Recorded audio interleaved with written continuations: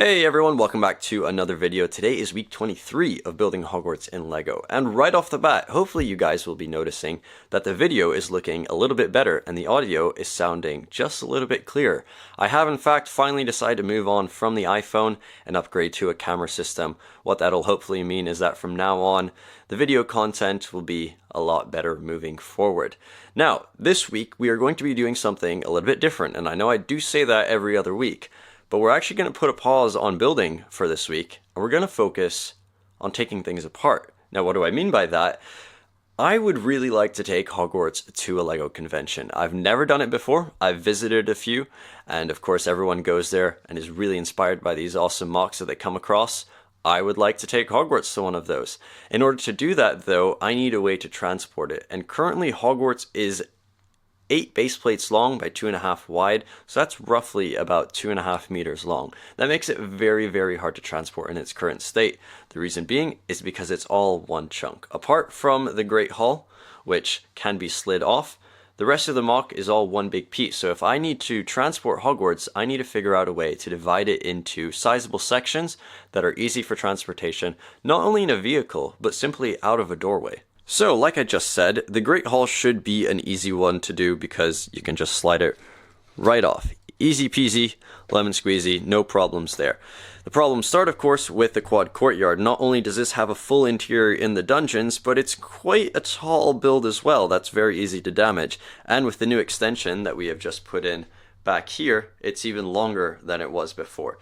Now, you guys can see very clearly right there the difference between the blue and the green base plate. That is a pretty obvious split to me in terms of figuring out how we can separate this MOC.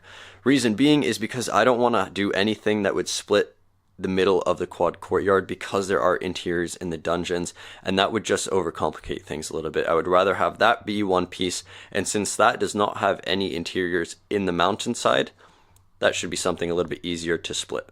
So that split line happens right here, and if we pan up, that's about halfway through this middle section of the viaduct entrance, which means if we want to split this, we're going to have to take off this entire building, hopefully not destroy it.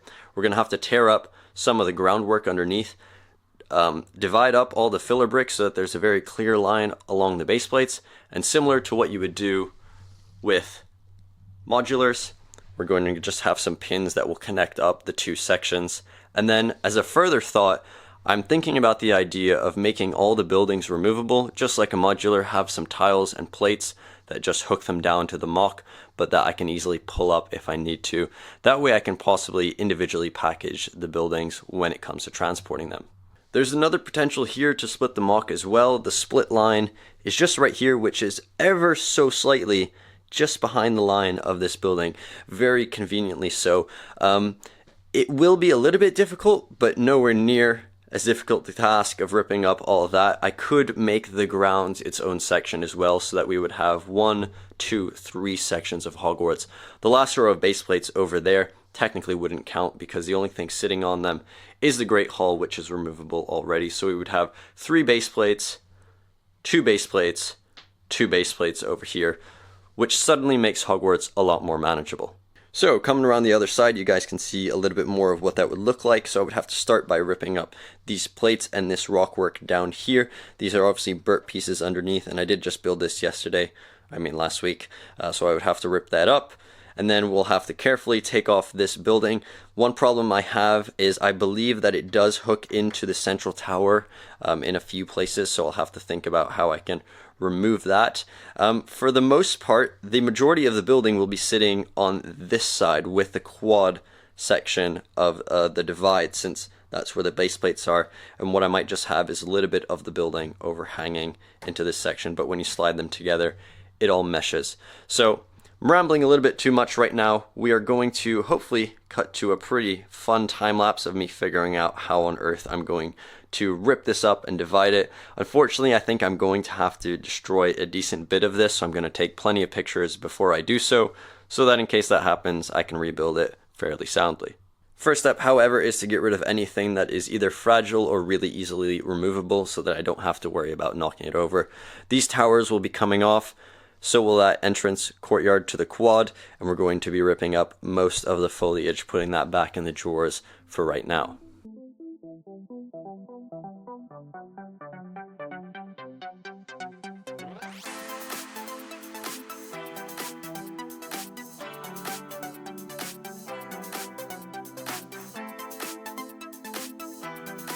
Okay, so quick update. We've been tearing this bit apart down here. You guys can see a little bit of how the filler brick has been holding up this entire section. So 6 bricks tall, and there's been nothing underneath this building for as long as it's been built. It's been a little bit difficult trying to separate this over here just because there were a few bricks and plates that were actually sitting right underneath this brick, holding them down. I do believe though that the rest of these plates don't actually go underneath this building. If they do, I've really shot myself in the foot. We are now going to tear up the other side of this building, and then we're going to try to lift this entire thing up, including the plates, and then I'll set it down to the side. We'll see what we have left. I'll see if I put it on time lapse, just because it is going to be quite a lot of me basically just yanking and breaking things. So maybe we'll just cut until I've done that.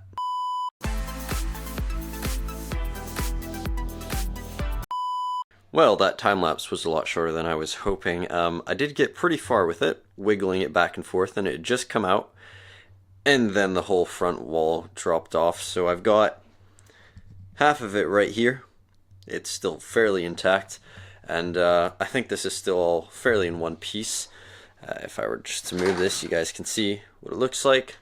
So in fact, it was just held up with some very basic filler brick. To be honest, it's kind of a surprise to me looking back and seeing what's underneath here, because it's been so long that I hardly remember. But this is good. And even cooler is taking a look at where this building lands, and it is exactly at the plate line. There are small miracles, and it comes in the form of the central tower. Let's go. Alright guys, so we moved to the floor down here for the moment, and the reason being is that I've ripped up this whole area, and this is now what it looks like. I've even pulled the two halves of Hogwarts apart. If I do take a step back, it looks a lot different without the viaduct entrance. Here's a view that you will never ever see again. But there you are, that's a look right into the central tower. And we're going to have to redo all of this terrain work and rock work. It's actually a lot more than I was initially expecting that I'd have to do, but that's alright.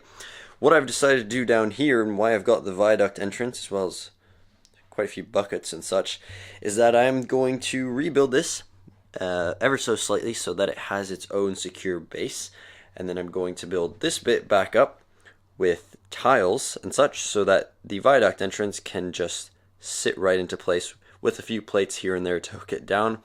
And that just means, well, I'll walk you through it. Initially I was thinking of fixing it to this bit of the mock, and that it would just overhang the 7 studs into that bit. But then I started thinking, do you know what if I do need to remove it? Am I really going to go through the trouble of ripping it up all again? So I might as well take the time now to build it in such a way that I can remove the building as well as separating the 2 bits of the mock. So that's what we're after right here. It's going to take a little bit of work just because most of the pieces have fallen apart. I'm going to look at those pictures that I took earlier. We're going to rebuild this, and then once it is structurally secure again, we're going to place it back up here and look at just very carefully putting some filler brick in, putting some tiles up, and making it look exactly like it did before. Alright, so after way too long, this thing is finally back together and on its own feet. I'm going to try not to break it as I lift it up here, but you can see now that it's on a pretty secure structure. The turrets are on green base plates only because that is the terrain that is outside of the building, so I thought I would just put green, and I'll try to cover this sort of plain bit up with something or another, probably just some plants. I do have a few leftover pieces right here that I cannot figure out where they went, so that's one of the reasons why this thing took me so long, is I was really confused about where the missing pieces went, but it doesn't matter because it's back together anyway. I'm going to lift this thing back up, take it up to the mock, and we're going to see how we can go from there. So, not that it should come as a surprise to anyone, but this is what it looks like back in the mock. It's now just balancing on what? I have no idea, but it is floating. Now, one of the things we're going to have to do is tear up all of this green plating up here on the front and over there as well. We're going to have to sort of reevaluate how exactly these plates will fix down. We're going to have to tile off the entire base of it so that I can remove it off later. There is one section over here which is a little bit interesting. Obviously the green plate extends underneath the turret, but the turret actually goes further down into the mountain, as you can see there, so I'm going to have to play around with how that can look, because I would like to still keep the turret going all the way down. It looks like it's integrated into the rock as opposed to sitting on top. So right now what I'm going to do is get a lot of filler brick and build out the basic structure for it, and then I'm going to lay the tiles. We're going to strip this area. We're basically going to start fresh and infill everything in between. Well everyone, it's midnight, so I'm going to start wrapping it up for tonight. This is what we've been able to get done so far. I've decided to go ahead and make a platform for the building to sit on instead of just sitting immediately on the filler brick. That just means that I've got a little bit of a more sturdy surface to work things off of. I will continue this around the sides to support more of the weight of the building, and then obviously whatever's not underneath the building will be used to cover up, because what you'll now be able to start seeing is that actual line of light gray tiles. So we're just going to make sure that we cover that up with whatever greenery we put around it. We've got a little bit of a problem here at the moment with, obviously the rock work was designed to curve around the curves of the spires of the turrets, but with me putting a base around it as I have right there, that kind of complicates things.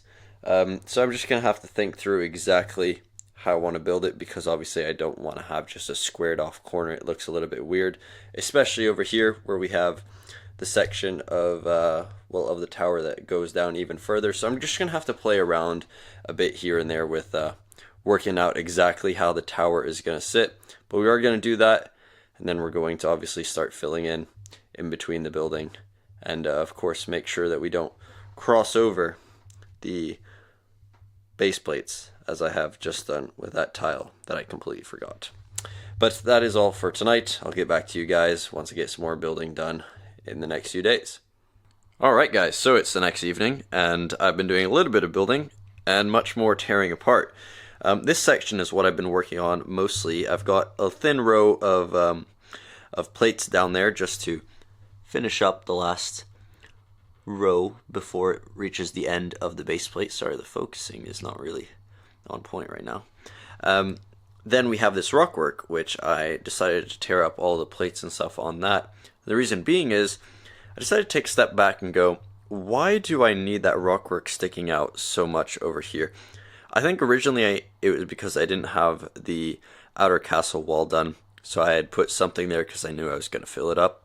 Then I started thinking to myself right now is actually, it might be better to just take the rock work and keep it quite close to the castle wall, get rid of this green in front of there, and allow the castle to just breathe a little bit, and have a little bit of space in front of it for some water. We might not necessarily do some scenes, but I think it just helps open up the space a little bit more here on the front of the mock.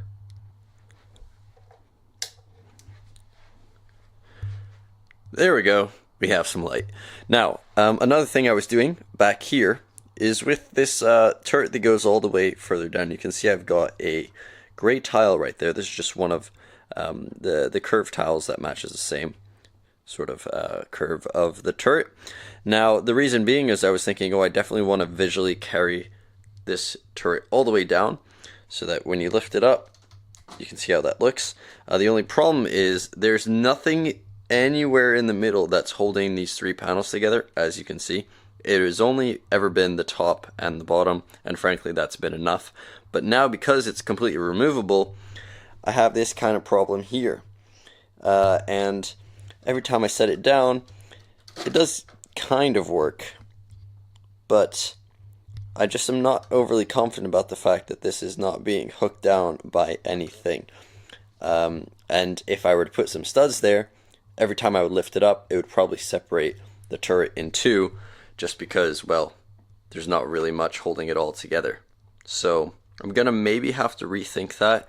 Hopefully that's not going to be overly important, because even though that is a cool idea, you don't actually see much of it from the front of the mock, and no one's really paying attention at the back of the mock.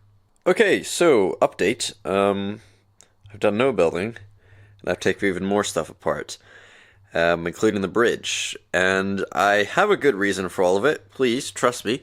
The first thing I noticed was when I was putting the building back up, and I suppose I could do that now, but it's heavy. I don't want to do it with one hand.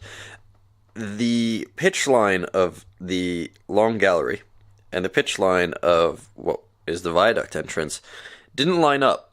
That is one brick taller than this one over here.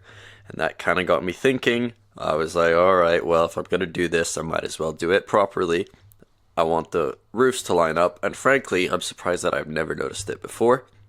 But I've noticed it now, and that means I want to lift up the entire viaduct entrance one brick, so that firstly it's in line with that building, and secondly, because I thought it would be really useful to find a way to make the bridge a little bit taller. For the longest time, and I'm going to put it back here for a second, if I can. Okay, that'll do. For the longest time, I've always thought that the bridge was just a little bit too short. Of course, in the actual movies, game, whatever, this bridge is probably about 4 times as tall as it is.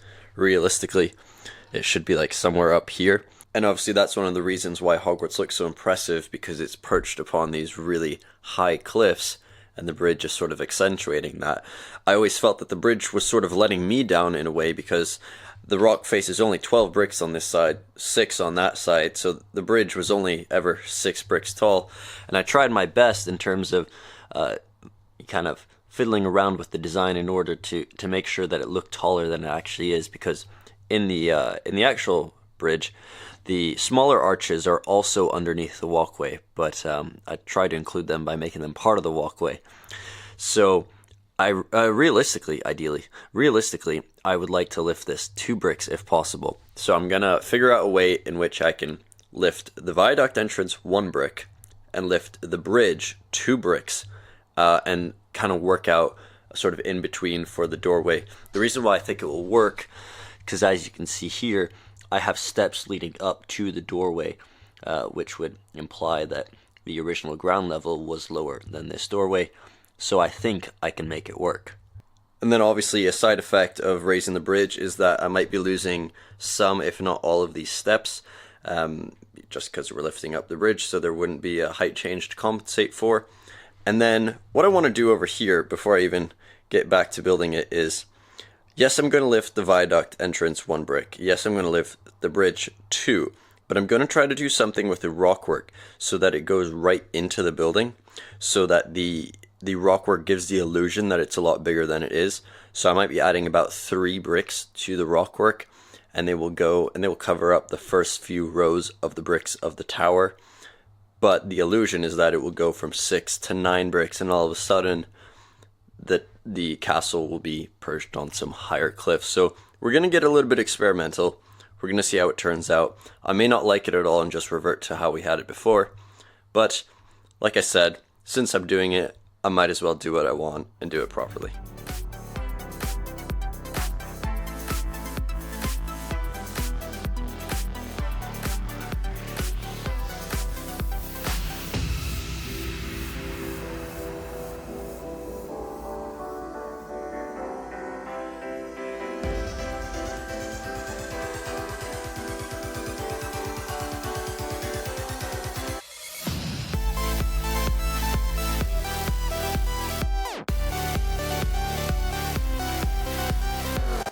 So, good news is we're moving along swiftly. Bad news is I've torn up even more stuff. As you can see back over here, we're missing some sections of the wall. That was originally things like this.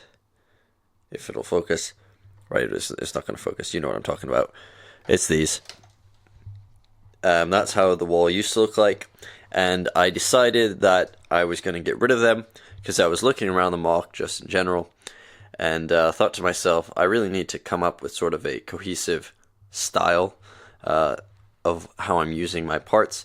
And apart from this one corner right here, and of course the turrets, I don't really use any curved walls anywhere.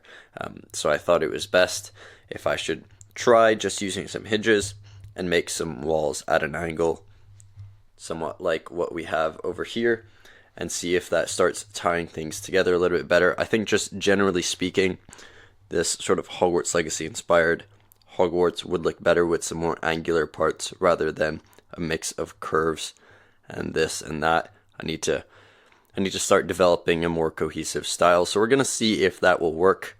If not, we will turn it back to how it was. This is what the bridge now looks like.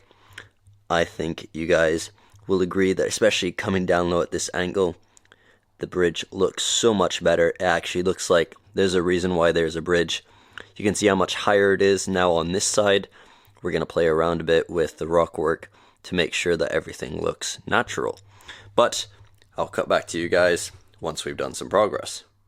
Alright, so new day, new mess. A couple of things that we've done so far is we've gone ahead and been filling up the underneath of the viaduct entrance with some filler brick. Been planing it off where I can. I've just been trying to establish essentially what bits I want to build up in order to continue this bridge across to the doorway, and what I want to just be rock work going straight into the building. Been trying to figure out and line up this corner over here with the rock work. You can see that I've torn up the bit over here. It used to kind of stick out and then curve round right across the front where you can see these blue tiles. So essentially you can see how much I brought it back, about 6-7 studs. It just means that I have a little bit more breathing room right here in the front, and I think it flows better into this section. I will have to tear up this area as well and redo the rock work, but for now that's what I have. This is just a little bit of a look, hopefully you guys can see underneath, of the filler brick and tiles holding up the entire viaduct. So I don't intend to cover any of it up really, apart from of course the top level where you will see it. When I lift it off, this is what it looks like. I'm going to hand hold it with one hand. Let's see if it works. This is what we're looking at right now. Very simple, but that's all I really need. I just need support on each of the corners and through the middle to hold it up. You can see the space around it that I have to essentially just fill in with some plates. So what we've been focusing on here is just building up this rock work right in front of the viaduct entrance, topping it off with some green.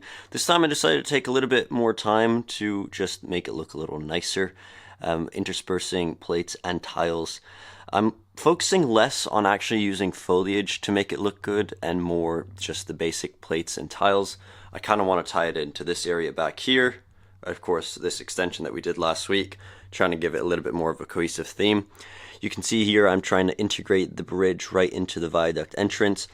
While it's using some of the basic pieces that I was before, the shaping of this sort of entrance section in front of the doorway looks a little different. It's a lot smaller now.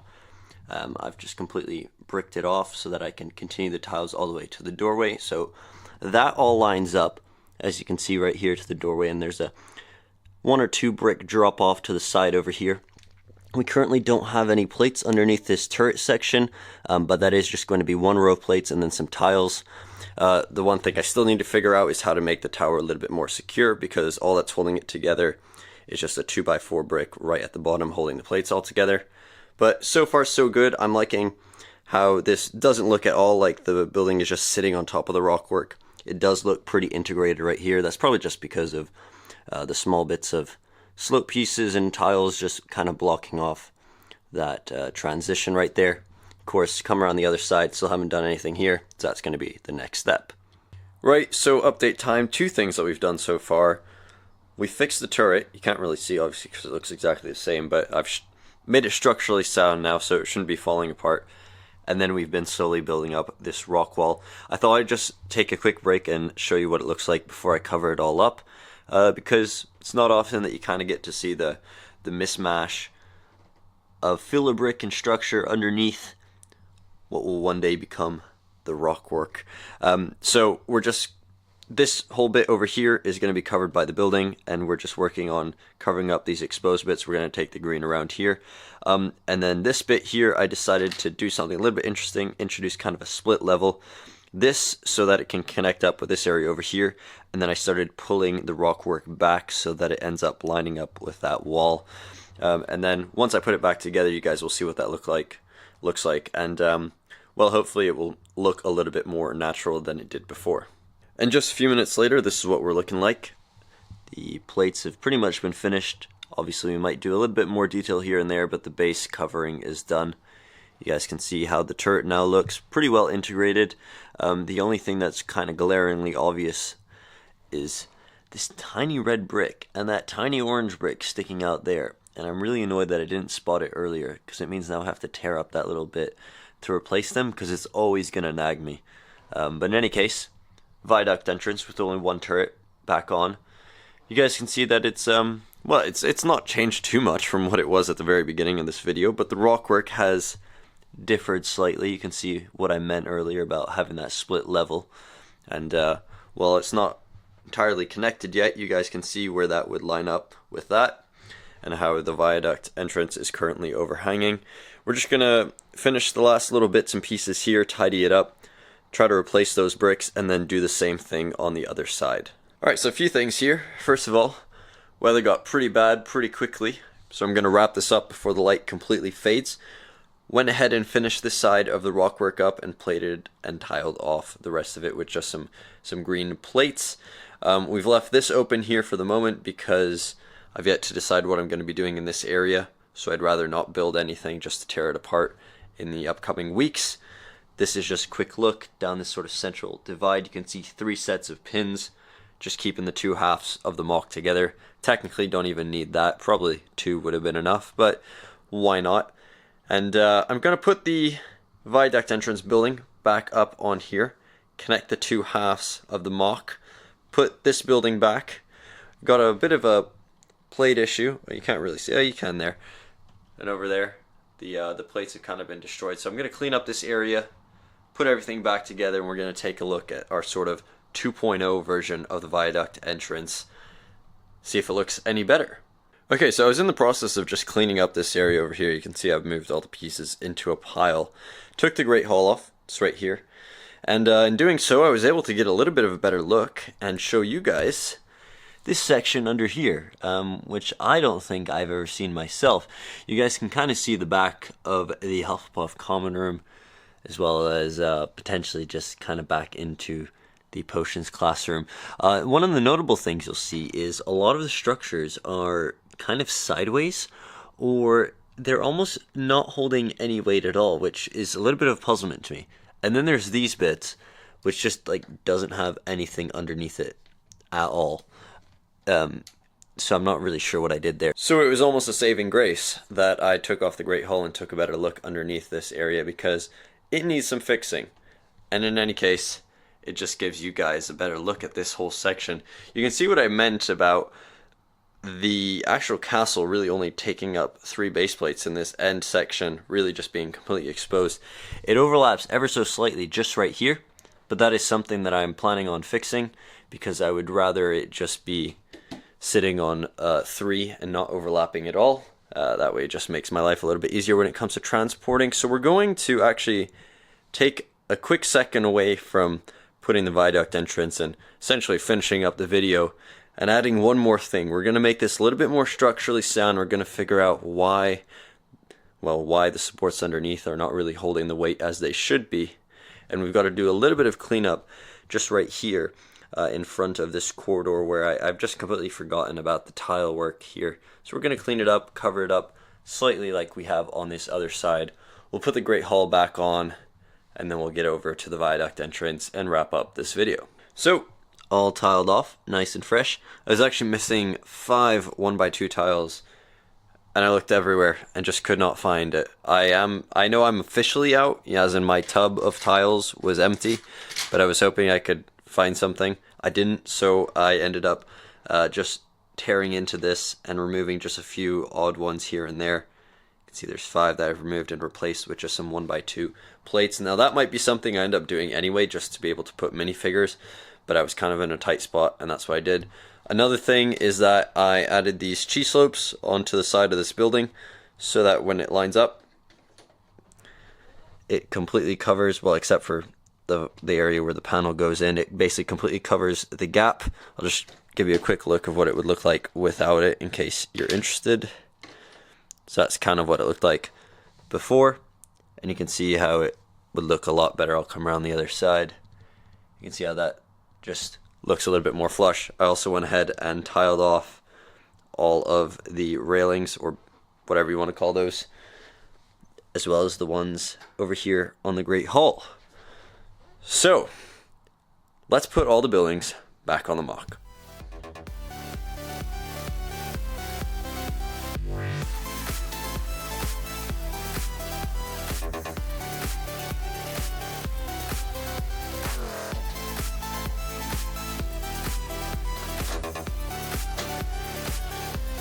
Boom. And so here is Hogwarts looking a little bit more complete than it has throughout this entire video. I especially like this new section we've got going on here. I think the rock work just flows a little bit better. It makes this area feel a little bit more pleasant, a little bit more organic.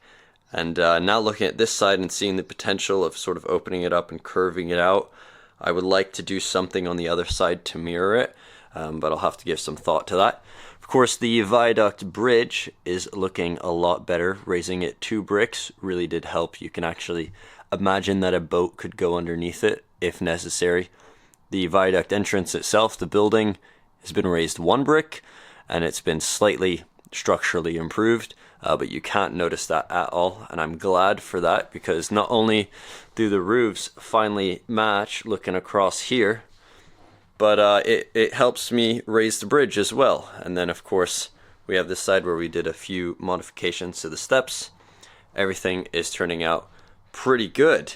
One problem I did have just right here, which is of course our split line, is you can't really tell here because I've somewhat fixed it, but when I was trying to put these two together, it was a real pain in the butt, and that mainly stems from the fact that these two tables are slightly warping from the weight, and I know I've talked about this quite frequently already in previous episodes, but you can even see how the legs aren't straight anymore. And it's just really proving a problem because I'm working right here and everything is on this little edge and it's falling off on either side, meaning that all the structural supports right behind the Great Hall were kind of out of whack. Putting the 2 halves of the mock was a struggle because none of the pins were lining up, and you know, a fraction is all that's required for them to not line up, and I had 6 and that just wasn't working, so I ended up taking 4 of them out, so it's only being connected by 2 pins, which is frankly all that you need to keep it together. This is what I mean by the tables affecting the mock. This is really not very helpful. And finally, coming around the back, you can see what it's ended up looking like. Of course that is empty for now, but the building itself is quite well integrated. I ended up slightly changing how I was going to line up this. I basically did decide to put a plate down here, even though it is dark tan. I hope to change that at some point, and that just meant that I could have a secure base and a secure top, keeping the upper part of the tower in place. And then that tile underneath the dark tan round plate will also need to be changed to tan. But I hope you all enjoyed this video. I think it just goes to show how much work small changes require. I mean, all we did is essentially just decide to split the mock in half, but it meant tearing up the Viaduct entrance, building it so that it's sort of its own independent structure that I can remove, and then deciding to rework lots of the bits in and around it. Decided to raise the bridge, did a little bit of work over there. So all in all, quite a packed episode, and I'm going to leave it there for this week because it's been a lot of work. But I hope you all enjoyed the video. If you did, please consider giving this channel a sub, giving this video a like, and I will see you all in the next episode. Bye guys.